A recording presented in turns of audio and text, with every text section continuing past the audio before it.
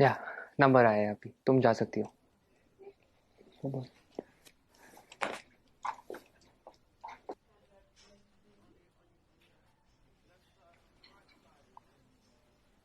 आप software engineer हो क्या? आप लोगों ने देश में कितनी तरक्की लाई है, सब कुछ कितना एडवांस हो गया है। थैंक्स। आप लोगों को देख के तो मैं एकदम हैरान हो जाता हूँ।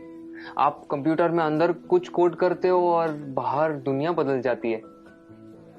इतना आसान नहीं है दोस्त, ये कुछ कोड का काम नहीं है, काफी मेहनत जाती है इसके पीछे। कॉम्प्लिकेटेड है, काफी कॉम्प्लिकेटेड। वाकई, इसीलिए तो आपको इतनी तनख्वाह मिलती होगी ना? Why does everyone just sees the money in it? इसके पीछे की मेहनत कोई नहीं देखता। हम हिंदुस्तानियों की सोच ही छोटी है। Just because मैं पूरा दिन एसी ऑफिस में होता हूँ और ऑब्वियसली मुझे पसीना तो आता ही नहीं होगा, राइट? आप लोगों को ताकत यूज करनी होती है, हमें दिमाग लगाना होता है। ये बाल सफेद ऐसे ही नहीं होते। Let me give you an example. वो ECG मशीन देखो, सब कुछ कंप्यूटराइज्ड है। आपके बॉडी में क्या क्या चल रहा है सब कंप्यूटर से निकाल सकते हैं। प्लेन की, ट्रेन की, लाखों रिजर्वेशन ऑनलाइन होती है। बैंक के ट्रांजैक्शन सब एक सिंगल डेटाबेस में। Data integrity, locking, data security. कुछ आइडिया ये सब डिजाइन करना कितना कॉम्प्लिकेटेड है? और आप कह रहे कि कोडिंग करना आसान है। आप ये सब कोड करना जानते हो? पहले करता था, अब मैं प्रोजेक्ट मैनेजर हूँ, मेरी टीम सब करती है। ओह, तो अब काम आसान हो गया होगा। इस फील्ड में कुछ आसान नहीं है, जितना ऊपर जाओ उतनी ही रिस्पॉन्सिबिलिटी बढ़ती है, काम बढ़ता है, स्ट्रेस बढ़ता है। कोडिंग और डिजाइनिंग ये फिर भी आसान है, लेकिन अब मुझे पूरी टीम संभालनी पड़ती है। 10 लोगों को हर रोज जवाब देना होता है, क्वालिटी मेंटेन करनी होती है। 2 घंटे ईमेल ना चेक करूं तो लोग पैनिक करने लगते हैं। एक साइड से रिजल्ट का प्रेशर होता है और दूसरी साइड को कस्टमर को रिप्लाई करना होता है। रिक्वायरमेंट्स बदलती रहती है और यूजर्स को कुछ और चाहिए होता है, और आपका बॉस कभी सेटिस्फाइड नहीं रहता है।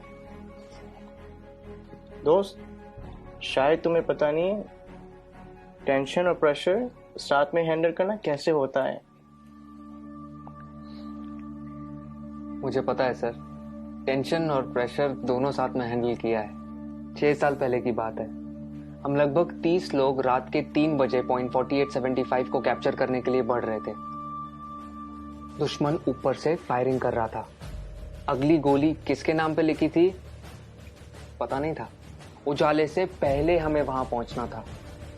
वक्त काफी कम था हमारे पास।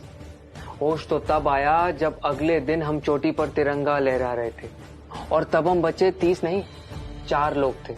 आप Subedar Sushant from 13 Jammu and Kashmir Rifles on duty at peak 4875 in Kargil.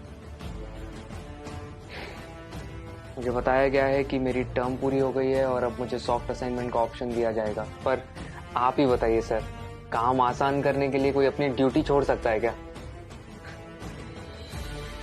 उस दिन हमारा एक जवान दोस्त बर्फ में जख्मी पड़ा था।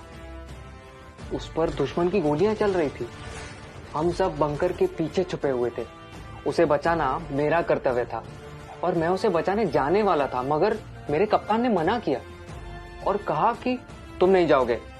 मैंने इस यूनिफॉर्म में सबसे पहली कसम ये ली थी कि देश की सुरक्षा के बाद मेरे आदमियों की सुरक्षा सर्वोपरि है।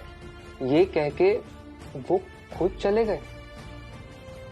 उस जख्मी जवान को बचाते बचाते हमारे कप्तान शहीद हो गए। उस दिन से जब भी मैं बॉर्डर पर होता हूं, उन गोलियों की आवाज और कप्तान का आखिरी चेहरा मेरे सामने आता है।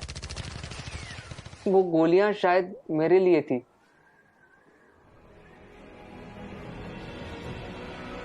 टेंशन और प्रेशर दोनों के साथ काम करना जानता हूं मैं। Sir, please go on. Yeah, sure.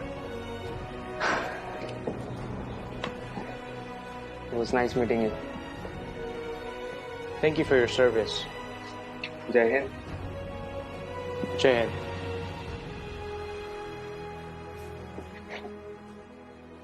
कभी खुद की जिंदगी से शिकवा होने लगे अगर, तो एक फौजी की जिंदगी के बारे में सोचना। खुद की हर मुश्किल आसान लगेगी, जो खुद की सांसें दांव पर लगाकर पूरे देश की सांसें चलाते हैं। हर वक्त जान हथेली पर होती है, फिर भी हमेशा मुस्कुराते रहते हैं। जिन्होंने डर को भी डराया है और देश के लिए जीना क्या होता है, ये इन सरहद के पहरेदारों ने हमें सिखाया है। तो अगली बार जब कोई चुनौती